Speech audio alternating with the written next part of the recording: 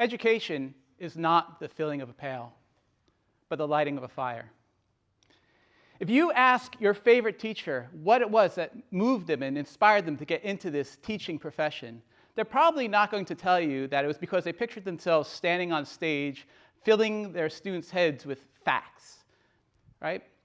More likely, they're going to tell you that they love this idea of getting their students as excited about the material and the ideas as they are, of helping the students find their passions, and helping the students see the world in a new way, in a way that they can take with them when they leave the classroom. So, where can we look for this fire when we're teaching and learning? How do we know when we found it? I think I have an idea. But first, I'm a psychology professor. I run a lab where my students and I ask and try to answer questions about how the mind works. And because this is my specialty, I can do cool things, like I can plant thoughts in your mind. So let me see if I can plant a thought in all your minds right now. So this is a photograph of one of my own ties. I've taken it and I've cropped it in a very particular way. And what I'd like you to do right now is very quietly, to yourself, estimate the number of red stripes you see and the number of black stripes you see. Okay? Now all I want you to do is pick a card, any card. Memorize it. Now, if this worked, and usually I can get, on a good day, maybe about 60 to 80% of the audience to do this, I should have made you pick the card that I wanted you to pick. And we'll know if I was successful in doing that if your card is gone when I bring them back. Ready? All right, that's what I want. Actually, that is what I want to focus on right now, that reaction in all of you. We just connected right there. Usually, by the way, I lied. I didn't actually plant the thought in your minds. Usually this is a demo that I use to illustrate how attention shapes our perceptual reality. But what I want to focus on right now is that audible reaction from you. Because when something moves us and gives us a sense of wonder, we don't just enjoy it in silence. Often we'll turn to the person next to us and share it. And that's where the fire is.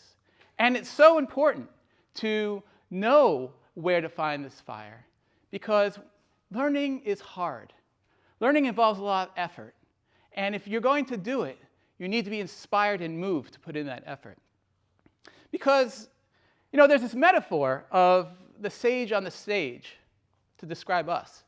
And I really don't like that metaphor. Because what that implies is that we're the ones up here doing the performing. But what I'd argue is that in the classroom, it's you guys who are actually doing the performing. If you think about what happens when we learn, when we really, really learn, it's not just that we're taking in and memorizing facts. We're actively revising and building new structures of knowledge in our heads. We're building what we cognitive psychologists call cognitive schemas, and that is hard. Sometimes it can be unpleasantly hard, and so you need to want to do it.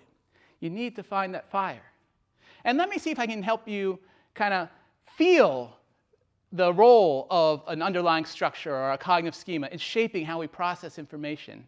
And let's do that by reading through this list of words. As we read through this list of words, try to get a sense of how many of these you might remember. Ready? Painting, Greece, pathos, Vatican, move, connection, nature, trust, elephant, communicate, logic, writer, persuade, ethos, emotion, inspire. How many of those do you think you might remember if I were to ask you? You can just call it out. 5, what, sorry? Okay, elephant, that's one. All right, well, these are all individual words that might not have any obvious relationship to each other. But let me give you a structure on which to hang these, on which to see how they might all fit together. Okay, and let's start with the story of this painting. Does everyone in this room, or does people in this room recognize this painting? It's one of the most famous paintings in the world by the painter Raphael. It's a fresco that you can find in the Vatican. And it depicts some of the greatest thinkers of ancient Greece. And right in the middle of them are Plato and Aristotle. And in contrast to Plato, who's pointing heavenwards towards the realm of abstract ideas and logic, Aristotle gestures towards the earth, representing his focus on the practical realities of everyday life and of human nature. And given that this was Aristotle's focus, it's no surprise that he became one of history's most influential experts on how to move, communicate with, inspire, and move an audience. Right? In his book, Rhetoric, he argued that if you want to inspire your audience to action, you can't just speak in the language of logic and facts. You have to speak also to their emotions, or something that he called pathos. And you have to do so in a way that builds on a sense of interpersonal trust and credibility, something that he called ethos. And guess what? Modern psychologists agree. In fact, the psychologist Jonathan Haidt uses this lovely metaphor of a rider on an elephant. And think about this. If we're trying to convince our audience, tell them where to go, direct them in a certain direction of thinking, if you're speaking to their rational mind and their logic, it's like telling the rider where to go. But that rider is sitting on top of a giant elephant. And no matter how much you try to convince the rider, if you can't convince the elephant, which represents your audience's emotions and intuitions, then that rider's not going anywhere.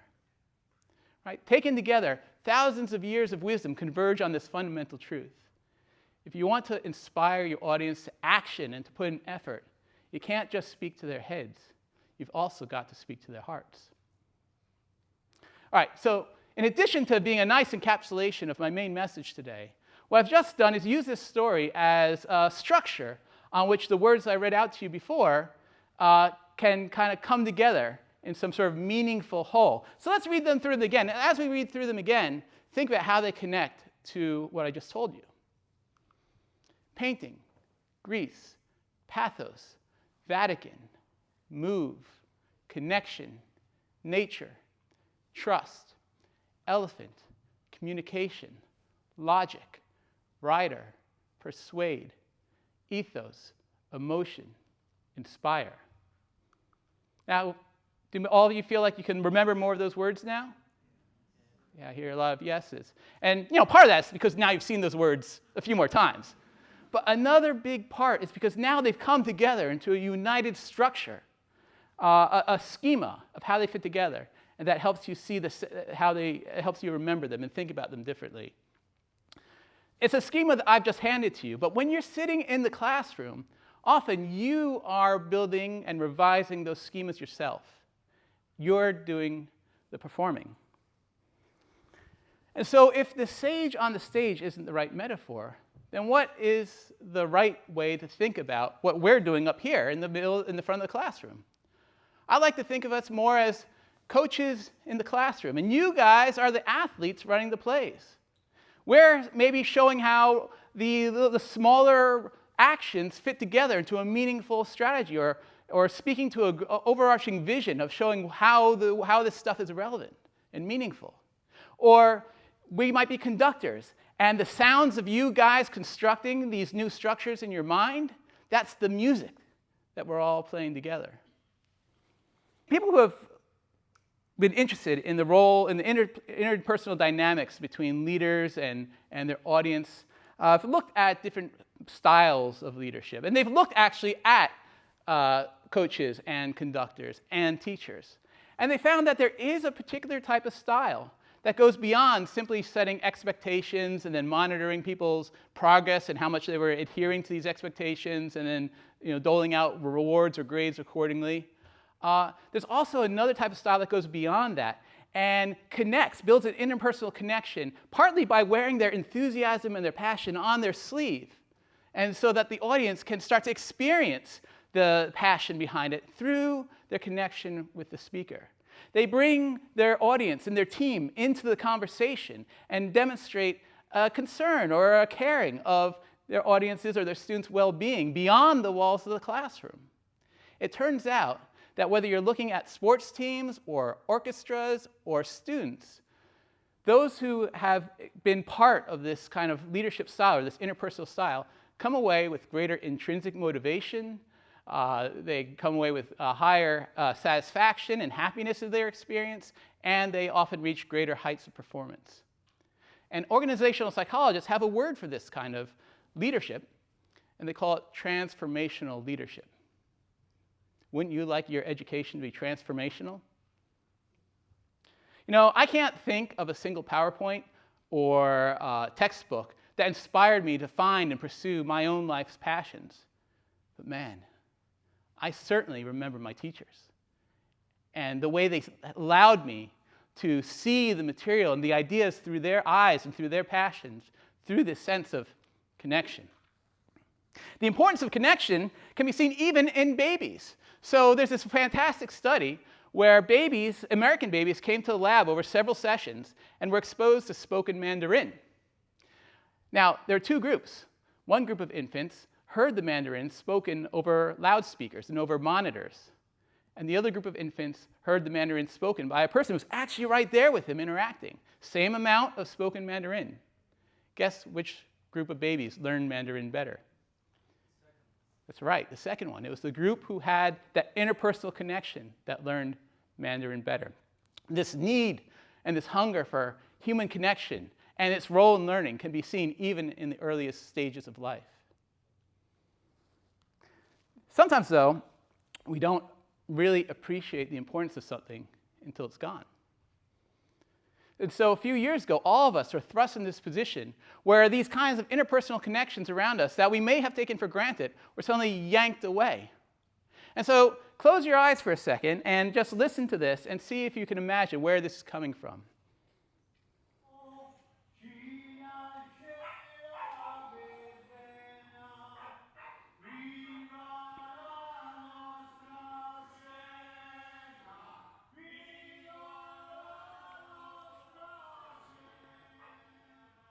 Does anyone know where that's coming from? Those are voices rising in song from the streets of Siena, Italy, when COVID was hitting Italy really, really hard, among the hardest hit countries in the world at that time. And in fact, people were isolated to their apartments, robbed of this ability to connect with each other. And so what did they do?